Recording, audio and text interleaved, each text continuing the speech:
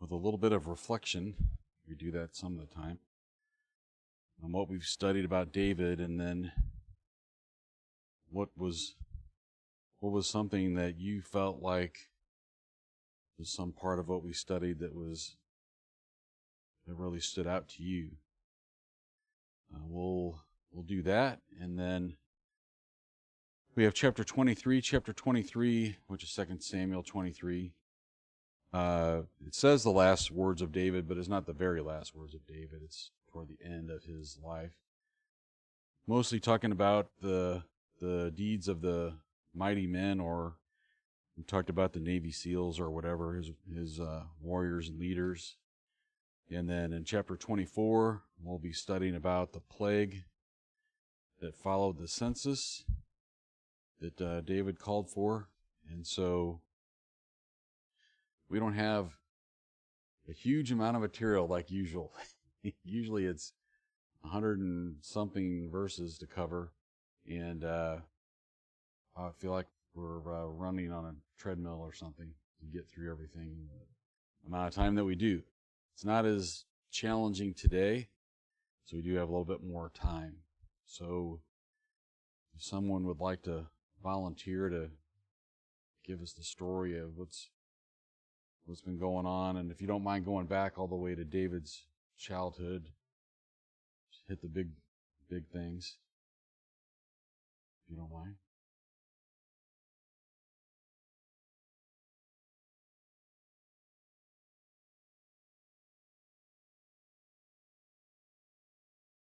He was a shepherd, minding his own business. He was out there being a shepherd. And what kind of things did he do when he was a shepherd?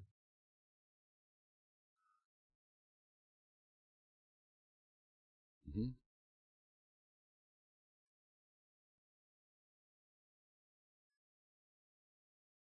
Mm-hmm.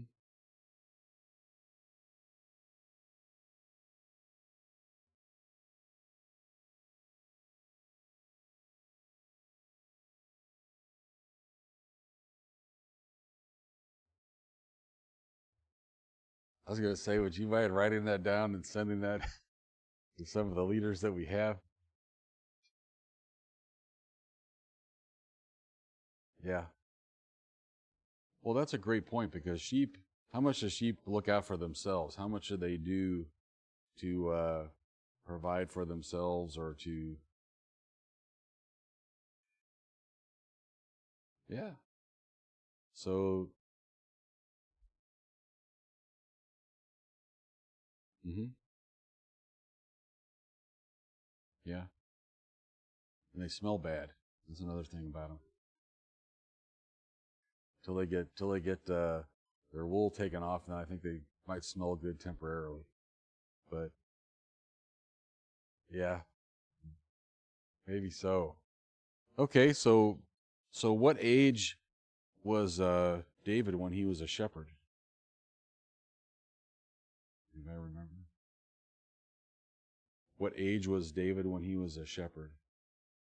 Not exact age, but yeah, yeah. They're saying when he slew the giant that he was around 13. So he had to be doing all the things you just mentioned, Brother Homer, about the bear and lion, all those things before that. So, hmm? Yeah, yeah. We think that's pretty young. We think, would we take 11, 12-year-old and give them responsibility for 100 sheep or anything? And I'm not. Some communities we might. I'm not sure we would in our community, but uh, it seems like today the expectations are less than they were in this time that we were talking about. And then how did David come onto the scene? Where was he?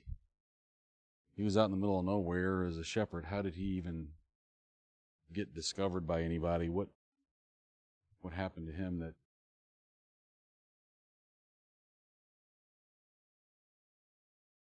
Mm-hmm.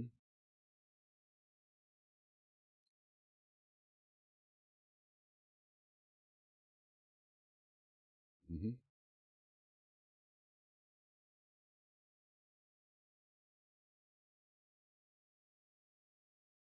Yeah. In fact, I think he said, "Do you have any more?" "Oh, well, we just have one that's out in the field." And he said, "Go get him." And they did. Right. So, and he was anointed on the situation you're talking about. He was anointed then. So, Lord's blessings were put upon him. And then what happened after that?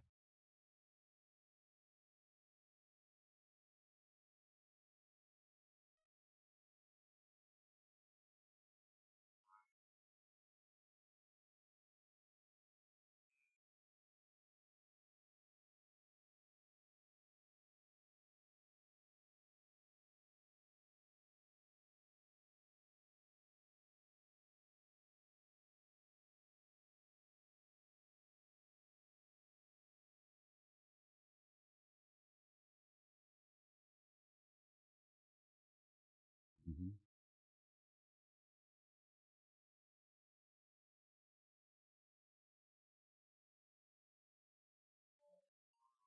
Mm-hmm.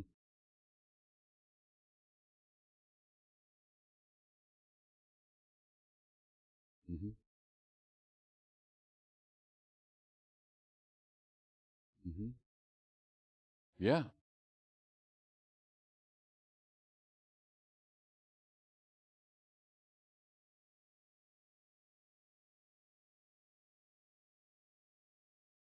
Right. He was blaspheming the Lord.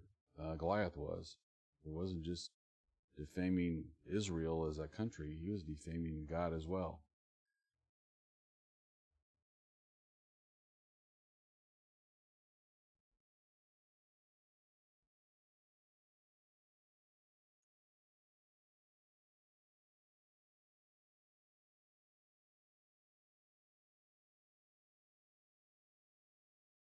Mm-hmm. Right.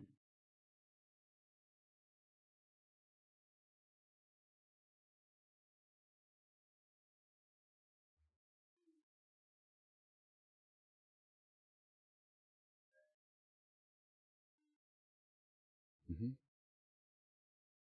So Saul was the people's choice, and it didn't work out. And David was God's choice. Yeah. Yeah. So David slayed Goliath, and then cutting his head off with his own sword, and of course he took the sword with him. And after that, what happened with David?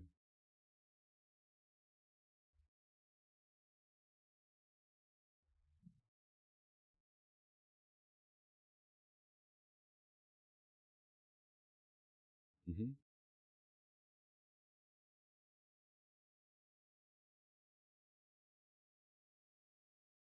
Yeah.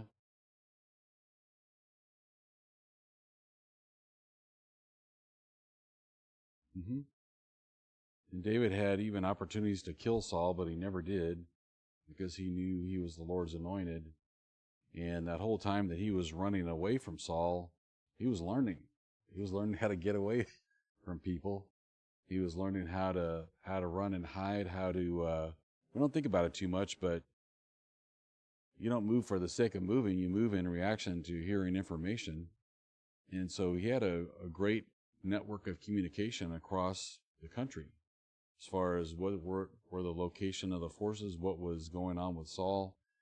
Uh, he didn't just jump and run for the sake of jumping and running. The Lord, in some cases, told him when to run, but he was learning how to do it.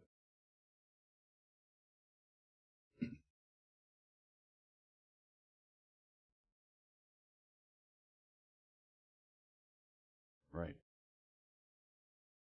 Yeah. So he never tried to do anything with Saul at all. And what happened with Saul ultimately?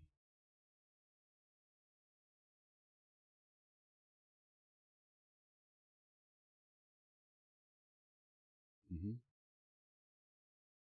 He was killed in battle, as was his son Jonathan also. Hmm.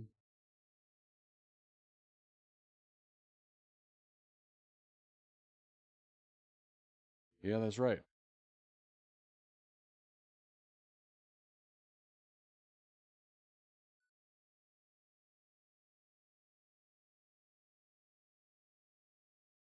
right. And then David became anointed after that. But what was he anointed over? Yeah, so it wasn't over the whole country. The whole country wasn't ready for. Yeah, Judah was ready, but Israel wasn't ready. And so it took a few years, and they tried to bring up descendants of Saul, and that didn't work. And ultimately they failed, and they decided to make peace. They came to David, and they decided to make peace, and that caused the joining of all of the Hebrews together. And one of the first things they did was go after the capital city. And for the first time ever, the Hebrews conquered the capital city.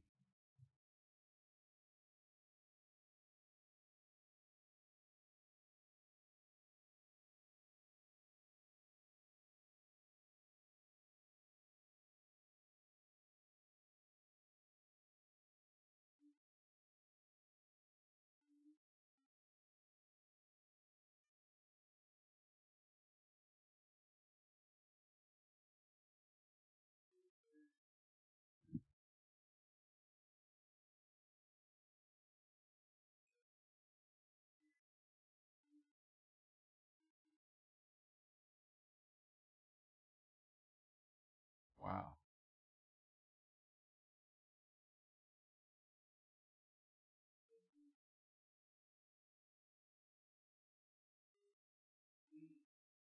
Yeah. Yep. They were certainly warriors, and some of the best warriors ever in the history of time, for sure. So they took Jerusalem, and then what happened soon after that related to the ark?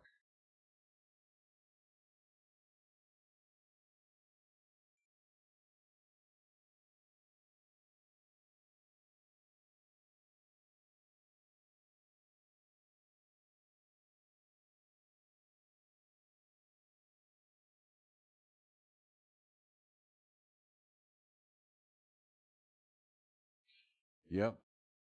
So David, I forgot how many thousands of people, but he basically said, we're going to stop doing this. We're taking a time out, and we're going to figure out how we're supposed to do it, and we'll come back and do it right.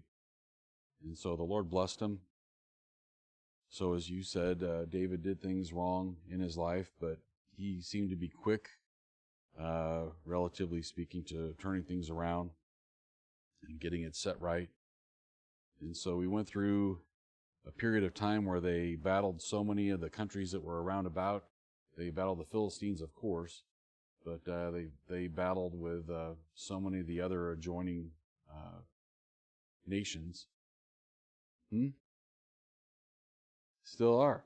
But so which battles did David lose?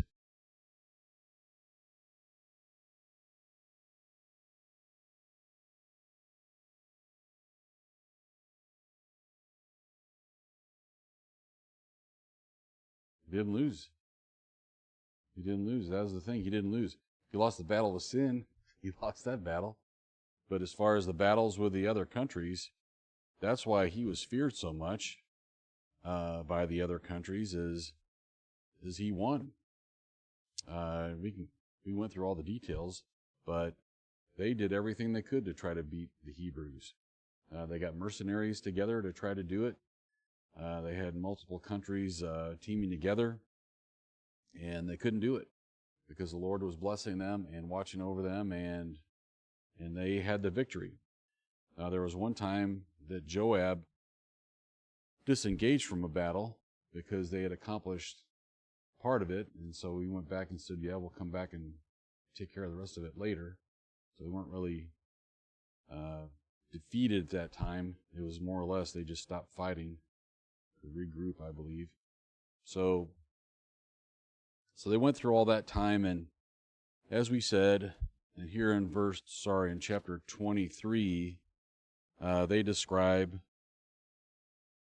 all these mighty men that were standouts and the entire population of the Hebrews, people that were leaders, people that were faithful, people that fought for the country, people that defended David. And they gave a few examples of this. Would somebody like to read verses 23, 1 through 7?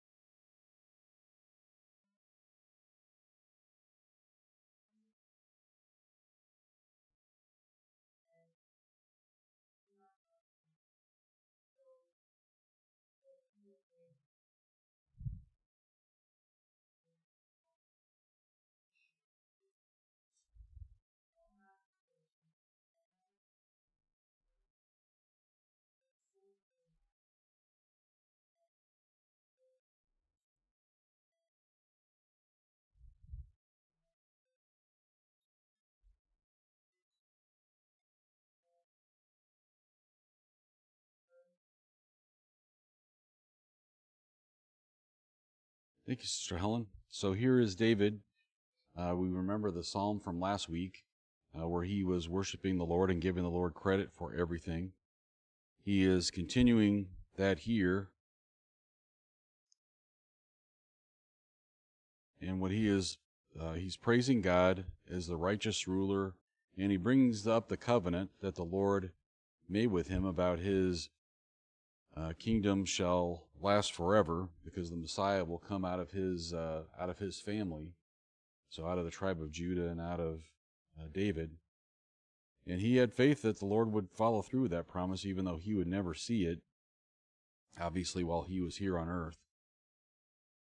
And then in the next verses, which is 8 through, long verses, 8 through 39, he gets into all of the faithful men. And so, let's see, if someone would read verse 8 through verse 17.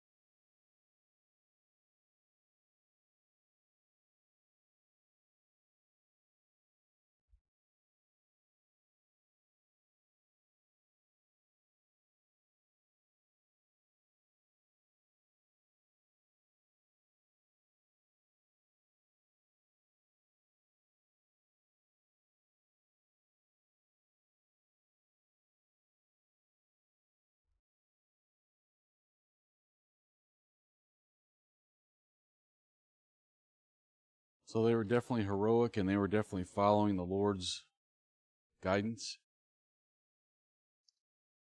And he mentioned these one by one. He mentioned Adino the Esnite, who killed 800 at one time. Eleazar, that defied the Philistines that were gathered together until his hand was weary. And the battle was actually done because people came back for the spoil. And then in verse 11, it's kind of surprising, there was a piece of ground full of lentils. So what's a lentil? So they were risking their life for beans. The one that he talked about here.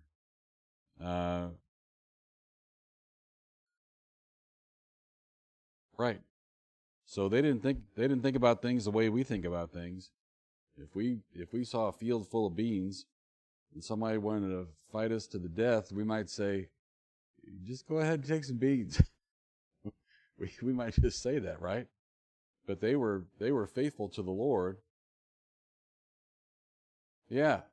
The Lord told them this was their land.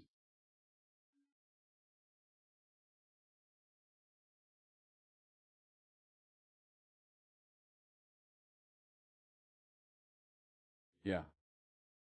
Right. And they followed the Lord, and they knew all along they were following the Lord, so they didn't think of it as beans. They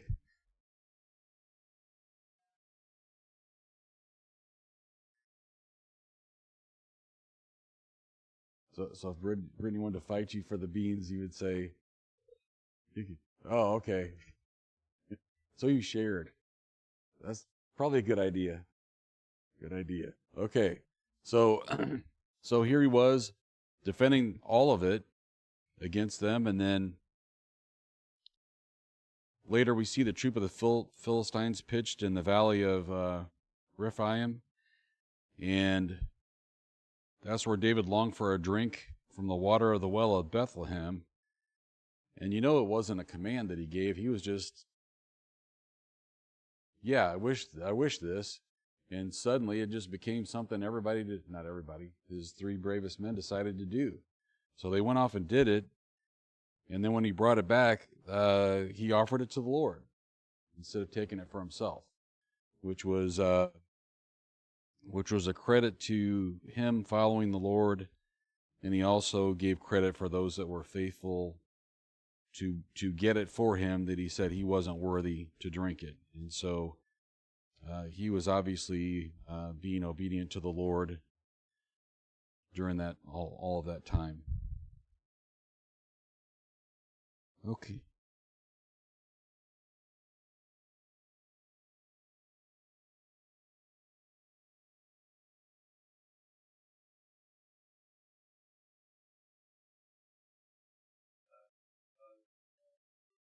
Mm-hmm.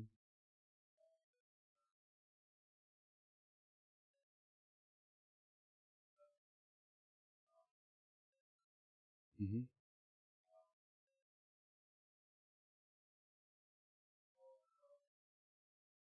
Mm-hmm. Yeah.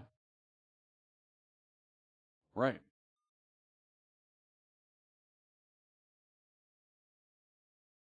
Right. They didn't wait for David to tell them everything to do. They took initiative and they did what they knew they needed to do. That's a very good point. And when you're training to be a warrior, if you're not fighting, what are you doing? Right. You're training. You're learning how to do things. You're not waiting for somebody to come and tell you the next battle is starting. You're getting yourself ready. You're looking at everything you just fought with, and you're fixing everything up and getting it ready for the next one, which you know is going to come. If somebody would like to read verse 18 through 39.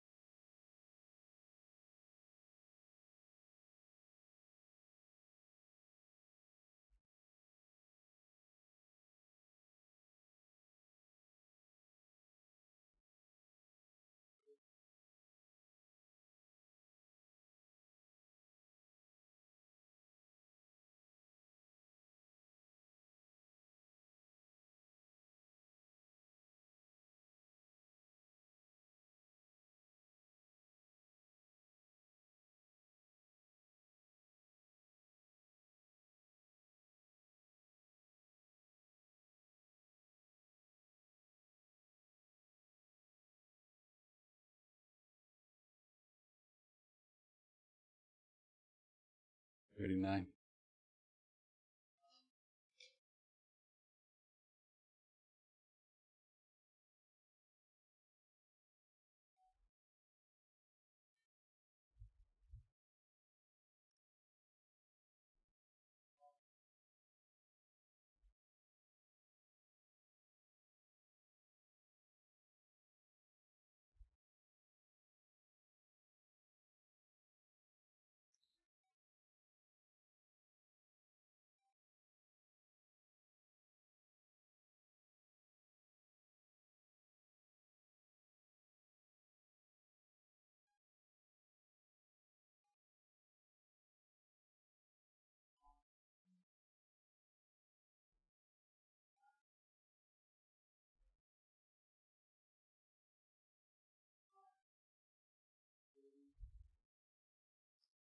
Thank you, Brother Mike. E- Everyone in here is happy that you did it and they didn't. Thank you for doing that. And if you just notice the last few, if you look at verse 34, it says Eliam. Who is Eliam? You remember?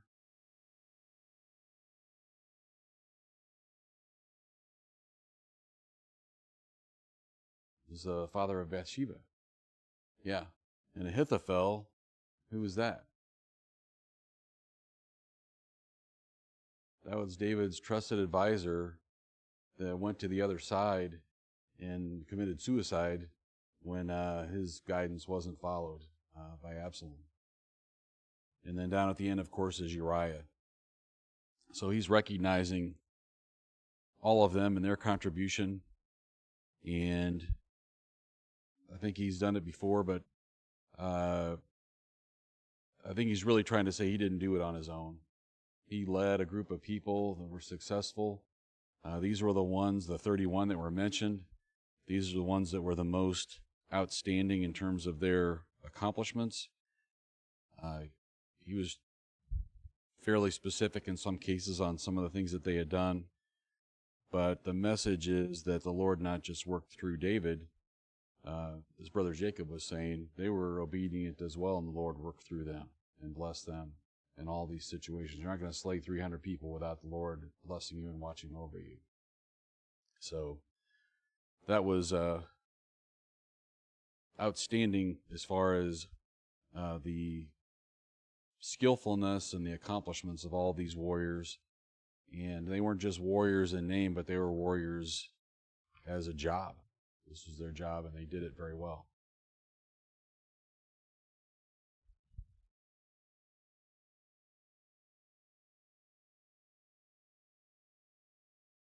Mm-hmm.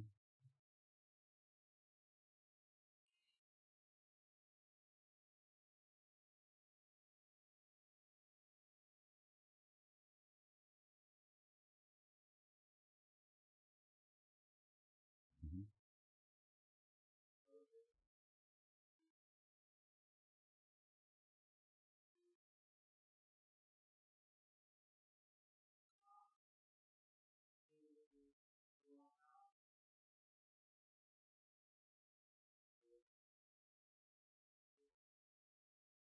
Right.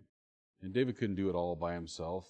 He needed other leaders, and David set the tone that we're going to follow God. And so others in the country, I'm sure they were saying, okay, I want to follow God, but I don't know what to do. So the Lord set leaders in the nation for them to follow, and it worked. Okay.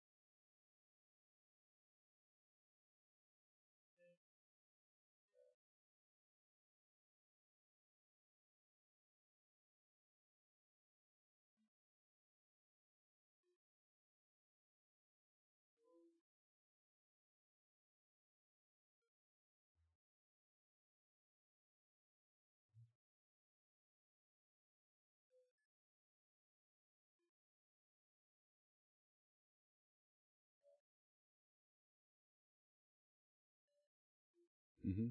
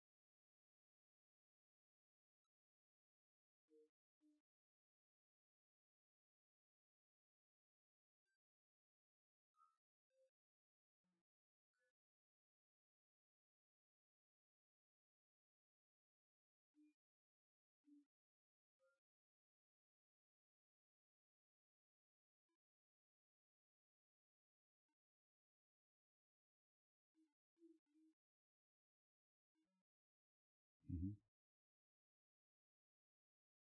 Well, it's most definitely great to have those kind of people. And when you run into somebody the first time, they may not be doing things right when you see them the first time because somebody had to share the message with them, the message of salvation, the message of Jesus, and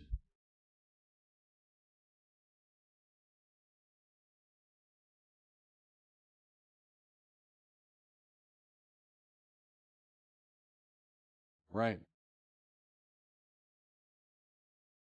Well, you go back and look at Paul. You know, who wanted to give Paul their testimony after he was going after and killing Christians? So it just shows you that it could be anybody that the Lord could turn around. Okay, we're about halfway done. We still got the other half to do. Okay, so we're going to look at the census and the plague. Would somebody like to read 2 Samuel 24, 1 through 3? And then right after that, if somebody else could read 1 Chronicles 21, 1 through 3.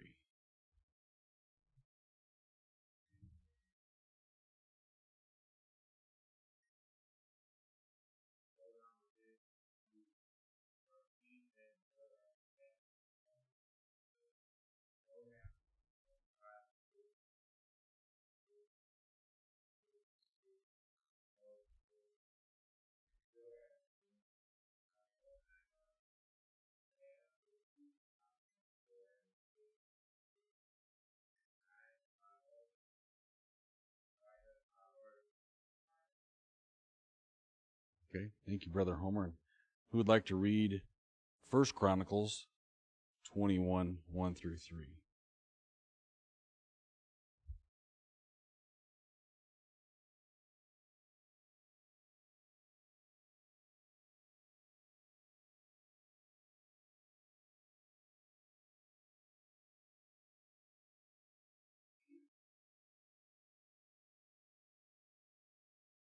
3?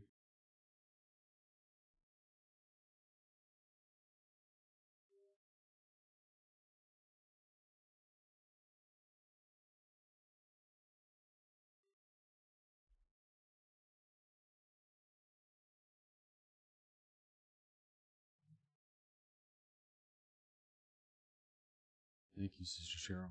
So these verses say about the same thing, but not exactly. In First Chronicles, it tells us that Satan provoked David to number Israel. It doesn't give us exactly how that came across, but it kind of made me think. Do you remember when you were a kid and you were like the first time you thought about earning any money? Like you never thought about earning any money, but then suddenly you start thinking about earning money because your parents might have said no. You can't get something, you have to save up your own money to get it. So it's like, well, I never thought about saving my own money for anything before. And so you might have a jar or something and you would put pennies, nickels, quarters, whatever it was into it. You'd count that over and over again and put it all out on the floor and go through the whole thing. You would go to your grandparents and say, I'd really like a quarter, or I'd really something, I don't know. If I take out the trash bag, will you give me a quarter? Stuff like that. And For your birthday, you might get some money potentially. You might find it.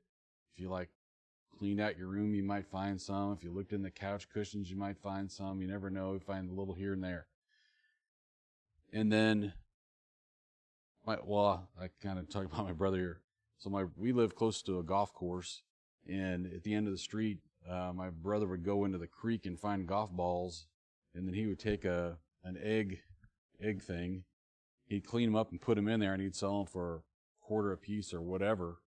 And he'd make some pretty good money doing that. And the greenskeepers, they'd run him off. He'd be back 5 minutes later, and he'd come back with $5 or something. I was like, wow, he's doing pretty good. And then once you had enough to buy something with the money that you saved like that, it didn't matter what it was, right? It could be anything. But you were so proud that you were able to save your money and earn all of your stuff. And even if it was a toy or a book or whatever it is, you really had a great sense of accomplishment about it. And so what we're seeing here in this situation with David is he's off wanting to count the people. Well, why would he want to go count the people? Why would he want to do that?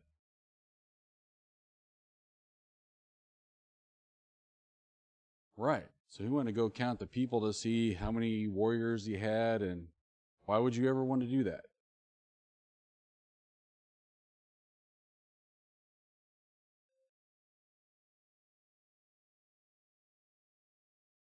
Right, right. So just like when we were kids saving our pennies, David here was kind of thinking of these warriors kind of as his possessions. And we kind of saw that the whole situation with Bathsheba and Uriah, he was kind of treating them more like possessions than his people back in those times.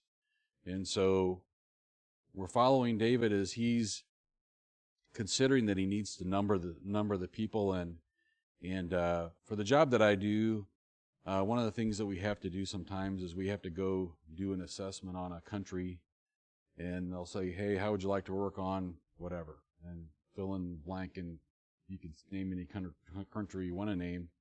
And what we would do is we have resources available to us that we can go do some research, and we could figure out what force structure that country has. So you could figure out how many soldiers, sailors, Marines, how many ships, how many cargo ships, how many fighter planes, how many cargo planes, how many tankers, all that stuff. In a very short amount of time, you could look at every single thing that they had, and you could also get some insights in what did they buy recently, maybe not delivered quite yet, still being built. What's their budget? What's their defense budget? So what do they think they're going to spend as a percent of their gross national product? And then most importantly to us is what do they think they're going to buy soon? So they're going to buy fighter planes anytime soon. If they are, then we'll send somebody over to talk to them and say, what are you thinking? What do you think you might be interested in? We have some things we could show you to help you figure out exactly what you want, that whole thing. So looking at that whole force structure and what you need, you do that in preparation for battle. In some countries, they buy a lot of things, and when we look at it from our perspective, sometimes we're thinking, why would they buy that? Well, it's because they're looking for a relationship with another country that's selling that. It's not necessarily they wanted exactly that thing, but that's what they're offering. And if we buy that from them, they're going to buy this from us. And so it's more of a trade thing. So a lot of those things are happening in the background too. So I look at all this. It's interesting to me, what was the motivation for David to number the people? Was there it said Satan tempted him. Was there somebody that was threatening David or bragging? Look how many warriors I have, David. How many do you have? It doesn't say that in here, but Satan tempted David, and David followed through with the temptation. And how long did the census take? Anybody have an idea? It's in our text, but it was about 9 months. So it was about the same amount of time that David was kind of doing his own thing, with Bathsheba and Uriah before he turned things around.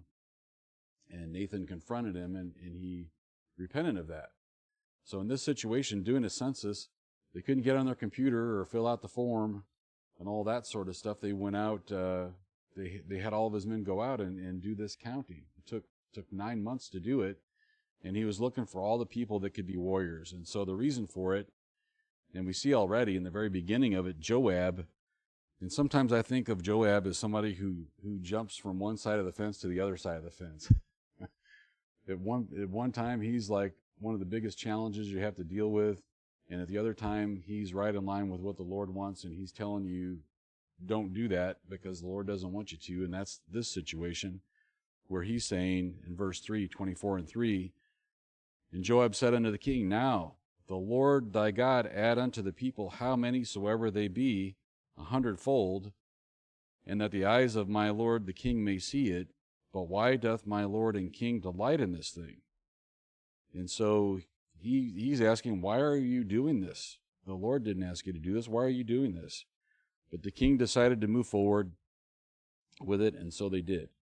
So if someone would like to read verses 4 through 9, 24, 4 through 9.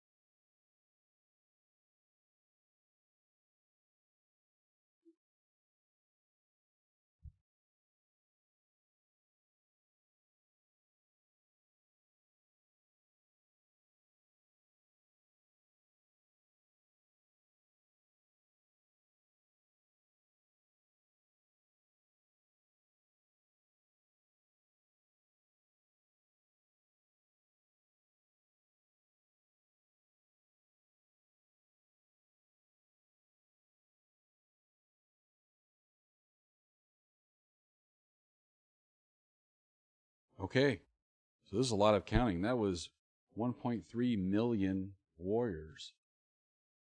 Obviously, what Joab said was right, as they had significant growth in their capabilities since the Lord had been blessing them.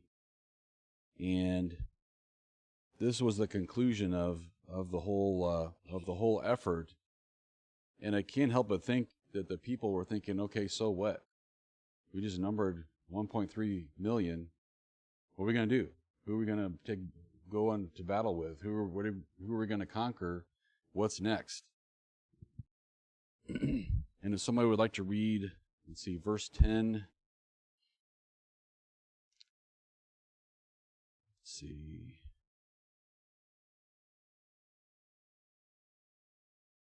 10 through 14.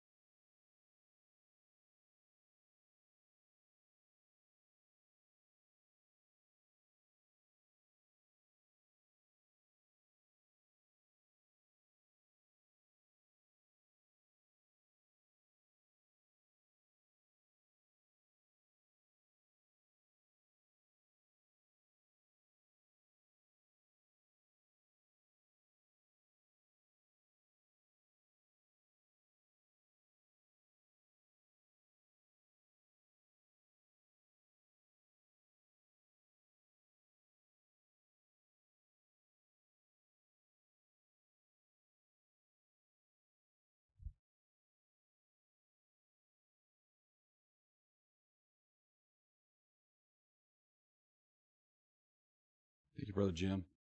So David realizes right away that he's done something wrong after he got the results back. And you don't take a step like this without people following. You can follow the Lord, or you can follow something else, but when you're a leader, people are going to follow. And so it's very possible that people were following David in this, jumping to conclusions about lots of different things. He just wanted to know what the number was, but I'm sure other people were thinking, okay, well, now what? What do we do now? What's the battle plan, and so on? And so the Lord was not only punishing David as the leader, he's also punishing the country. And I don't know of any other place in the Bible, I don't know if anybody else does, where the Lord gave people choices. And you can follow God or you can follow Mammon, one or the other, but I don't know of any place where the Lord gave someone a choice of what punishment they would take. But in this situation, that's exactly what the Lord does. And in this case, David makes a wise decision, and he elects to follow the Lord. And he said, in verse 14, I am in a great strait. Let us fall now into the hand of the Lord, for his mercies are great. And let me not fall into the hand of man, which would be the hands of their enemies. And so here in 15 through to the end, we see the results of that. Somebody like to read that?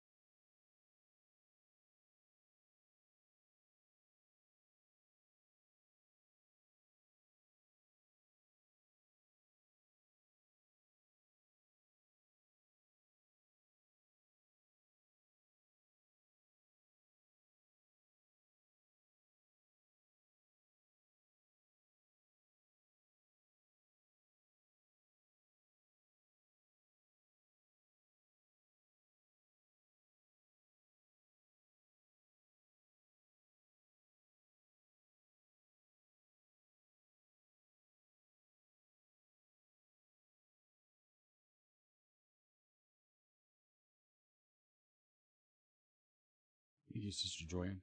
So there's a lot of verses. So we see what happened is the Lord sent the pestilence upon Israel in verse 15. And when the Lord was getting ready to destroy Jerusalem, or the angel from the Lord was ready to destroy Jerusalem, David and the ones with him fell down and prayed, and the Lord stayed the hand of the angel, and people in Bethlehem or Jerusalem were spared. And so in the next moment, we see where David was commanded to establish an altar there to the Lord. And what's the significance of that?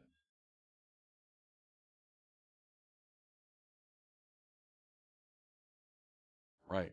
That was where the temple was built. So how many times do we see in the Bible where someone does something wrong and the Lord turns it around and makes it into something good. So if you look at, in this case, this was the site that was established for the temple. David followed instructions and bought it in the proper way, and we'll see coming up how the temple will be developed there. So we covered a lot of ground today. I would say the bottom line of all of this, and it's going back to what Brother Jim said way back at the beginning, David was a human being just like us.